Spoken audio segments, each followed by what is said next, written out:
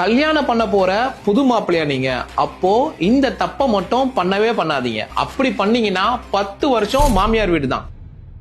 எதை பத்தி பேசுறேன்னு புரியலையா?